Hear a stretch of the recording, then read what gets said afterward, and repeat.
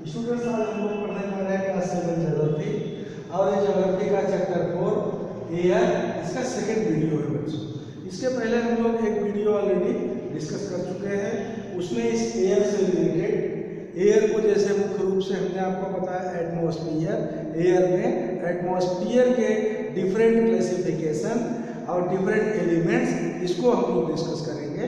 तो last video में भी हम लोग कुछ इंपॉर्टेंट से फैक्ट के बारे में डिस्कस किए थे एटमॉस्फेयर के। एटमॉस्फेयर एयर में क्या क्या मिक्स है, इसका मिक्सर क्या है, क्या परसेंटेज है, यह हम लोग लास्ट वीडियो में डिस्कस किए थे बच्चों।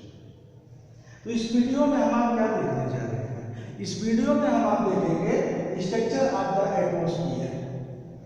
एटमॉस्फेयर का स्ट्रक्चर क्या है, इसकी बनावट क्या है, और हम लोग देखेंगे ट्रोपोस्फियर, स्ट्रेटोस्फियर, मेसोस्फियर, थर्मोस्फियर और एक्सोस्फियर। ये सब क्या है बच्चों?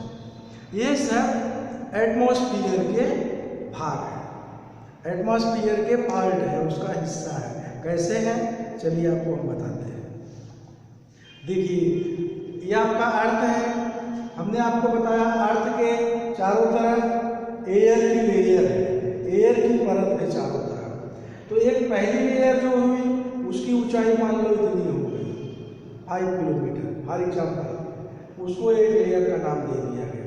फिर इसके बाद जो हुआ कुछ निश्चित ऊंचाई, उसका नाम अलग दे दिया गया। फिर जो अगली लेयर हुआ उसका नाम दूसरा दे दिया गया। सबसे लास्ट लेयर जो हुआ उसका नाम कुछ अलग दे दिया गया। This is the matter of this, यही है।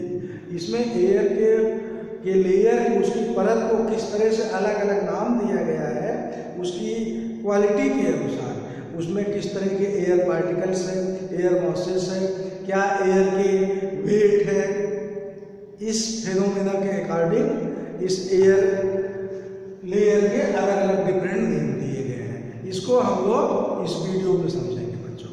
इसको समझने के साथ साथ आप बुक में थोड़ा एक महत्वपूर्ण पॉइंट देख लीजिए, आपके समझ में बहुत अच्छी तरह आ जाएगा। आप ओपन करिए पेज 22। पेज 22 में आप देखिए ये 5 पार्ट में इसको डिवाइड किया गया है, इस प्लेस को। ये वही प्लेस लिखा गया है 10, 20, 30, 100 तक। दैट मीन्स अर्थ से ऊंचाई जिस तरह से एल्टीट्यूड बढ़ते हुए लास्ट में आप उसको मान लीजिए नियर द सन, तो इसी का आगे बताया गया है। पहली लेयर बताया गया, second layer, third layer, fourth layer, fifth layer, किस तरह से ऐसे अर्थ के ऊपर जो एयर की लेयर है वो डिवाइड हुई है। चलिए अब आपको हम लोग ऐसे डिफाइन करते हैं किस तरह से क्या डिफाइन किया गया है। देखिए बच्चों, structure of atmosphere. Our atmosphere is divided into 5 layer staying from the earth surface, और वह सब अर्थ सरफेस से शुरू होती है, स्टार्टिंग फ्रॉम अर्थ सरफेस, पहले अर्थ पे, फिर उसके ऊपर, फिर उसके ऊपर, इसी तरह से। दीज आर, उसका नाम क्या है आप देखिए, ट्रोपोस्फियर है, स्ट्रेटोस्फियर, मेसोस्फियर, थर्मोस्फियर और एक्सोस्फियर। कोई कॉम्प्लिकेटेड नहीं, बहुत इजी है, आप तुरंत अभी आपके समझ में आएगा। नाम से क्या लेना देना बच्चों, आप समझिए उसको बस। देखिए ट्रोपोस्फियर, सबसे पहले ट्रोपोस्फियर क्या है। अब most important layer of the atmosphere, atmosphere की अर्थ के ऊपर की सबसे पहली लेयर जिसमें हम लोग हैं, और सबसे महत्वपूर्ण लेयर यही होती है जिसे ट्रोपोस्फियर बोलते हैं। It is average height of 13 kilometre. अब आपके समझ में और अच्छा आएगा, इसकी ऊंचाई कितनी है।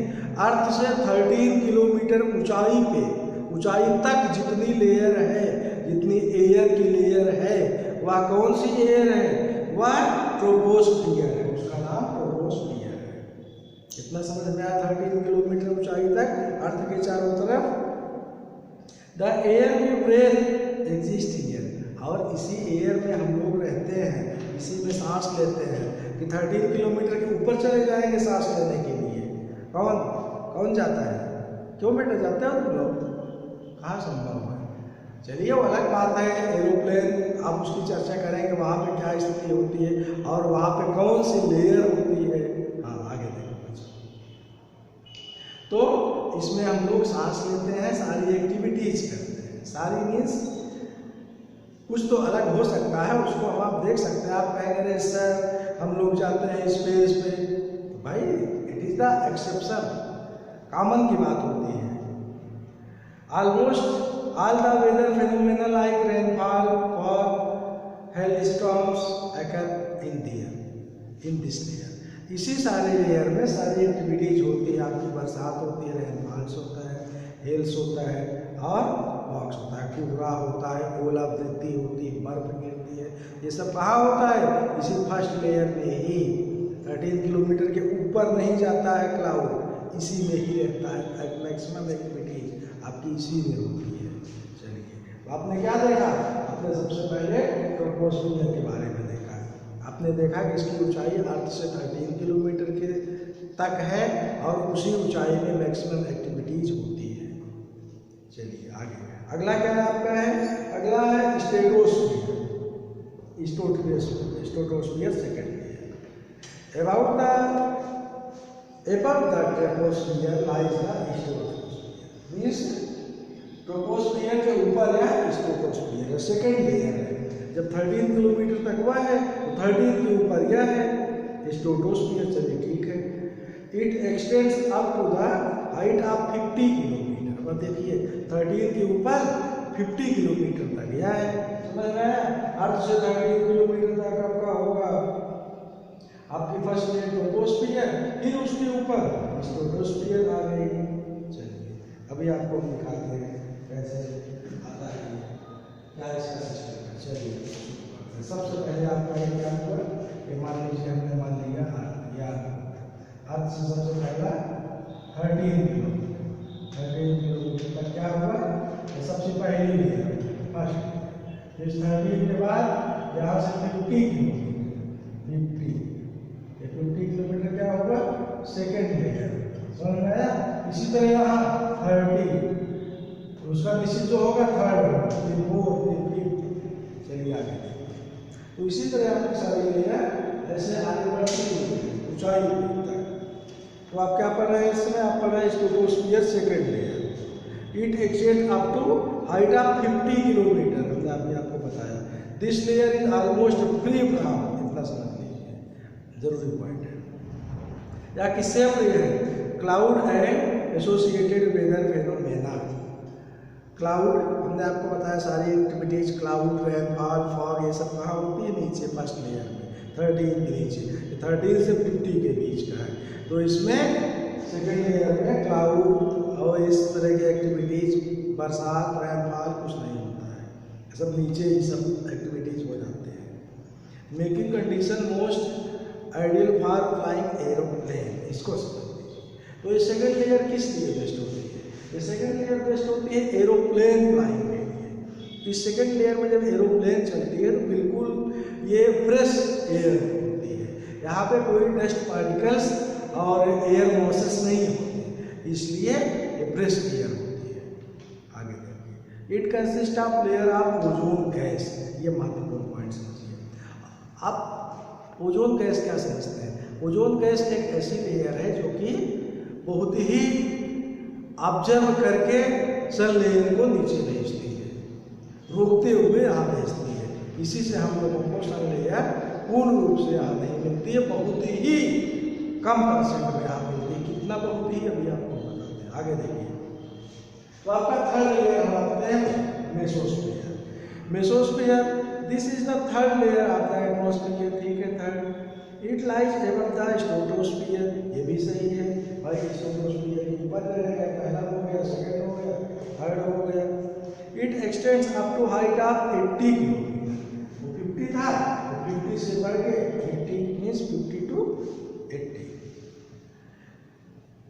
Meteoroids burn up in this layer and entering from space. अब ये समझ लीजिए मेट्रॉइड्स क्या होता है। मेट्रॉइड्स आपको पीछे हमने बताया था, आपने फर्स्ट चैप्टर में पढ़ा था। मेट्रॉइड्स टूटा हुआ तारा कहते हैं। क्या होता है? तो मेट्रॉइड्स क्या होता है? इस लेयर में पहुंचने के बाद बर्न हो जाता है, जल जाता है, और इसी लेयर की यह फीचर्स है। तो आपने क्या देखा, मेसोस्फीयर थर्ड लेयर था। अब फोर्थ देखेंगे, थर्मोस्फीयर आप देखेंगे। In thermosphere temperature rise very rapidly with increasing height. इस थर्मोस्फीयर की ऊंचाई ज़्यादा होने के कारण यहाँ का टेम्परेचर बढ़ने लगता है रैपिडली, तेजी से। And ionosphere is part of this layer. Ionosphere भी इस लेयर का एक महत्वपूर्ण हिस्सा होता है।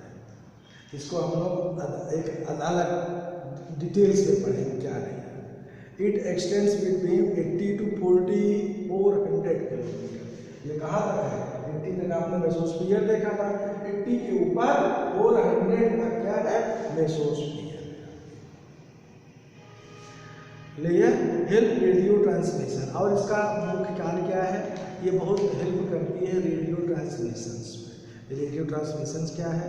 या वह है जिसके द्वारा नीचे से सारी डिटेल्स ऊपर भेजा जाता है सैटेलाइट को, और वो सैटेलाइट आपके पास भेजता है, जिसको आप टेलीविजन में, रेडियो में देखते हैं, सुनते हैं, ऑल एक्टिविटीज। इसे रेडियो ट्रांसमिशन व्यवस्था बोलते हैं, ब्रॉडकास्टिंग सिस्टम आप जो देखते हैं। चलिए आगे देखिए, लास्ट लेयर आप पढ़ने जा रहे हैं आप एटमॉस्फेयर। क्या है? The upper most layer of the earth, upper most layer of the atmosphere is known as exosphere. तो एटमॉस्फेयर की सबसे ऊपर की लेयर क्या है? यह है एक्समॉस्फेयर। दिस लेयर है वेरी थिन एयर। यहाँ पे एयर बहुत कम है, एयर यहाँ पे बहुत कम है, इसको ध्यान रहे। एयर कम क्यों है? एयर कहाँ पे कम रहती है? जहाँ पे हीटनेस ज़्यादा होता है। हमने आपको कई बार बताया, लेटीट्यूड ध्यान आ रहा है, इक्वेटर एरिया, इक्वेटर पे एयर कम रहती है क्योंकि वहाँ सूर्य सनशाइन डायरेक्ट पड़ती है। चलिए आगे देखिए बच्चों। तो the layer has very thin air, light gases like helium, hydrogen float into space from here. यहाँ पे क्या होती है? लाइट गैसेस, हल्की गैसें आपको इस एयर में मिली। कौन कौन? हीलियम, हाइड्रोजन, ये इस तरह के उस लेयर में होती है। That means you can say to there living is very typical, not possible. वहाँ पे लाइफ नहीं संभव है। कैसे संभव बिना एयर के? तो बच्चों आप लोगों ने इस वीडियो में क्या देखा? आप लोगों ने देखा स्ट्रक्चर ऑफ एटमॉस्फेयर। एटमॉस्फेयर के पार्ट क्लासिफिकेशन आपने देखा किस तरह से एटमॉस्फेयर में पहली लेयर ट्रोपोस्फियर होती है, सेकंड स्ट्रेटोस्फियर होती है, थर्ड मेसोस्फियर होती है, फोर्थ थर्मोस्फियर होती है और लास्ट एक्सोस्फियर होती है। हर लेयर की एक निश्चित ऊंचाई है और ये हेल्प करती है इसको सन रेज को अर्थ पे अपनी हीटनेस पहुंचाने में, जिससे वो हीटनेस उतना ना दे पाए, हम लोग को लाइफ इजी वे में चल सके। अगर ये लेयर ना होती तो सनरेज डायरेक्ट आती है तो क्या होता? हम लोग ये पीछे पड़े थे, हीट हो जाते, गर्म हो जाते, जल जाते। चलिए बच्चों, तो आपका यह वीडियो यहीं पे खत्म होता है। इसके बाद हम लोग अगले वीडियो में अगले टॉपिक के साथ मिलेंगे बच्चों। So students bye and thanks बच्चों।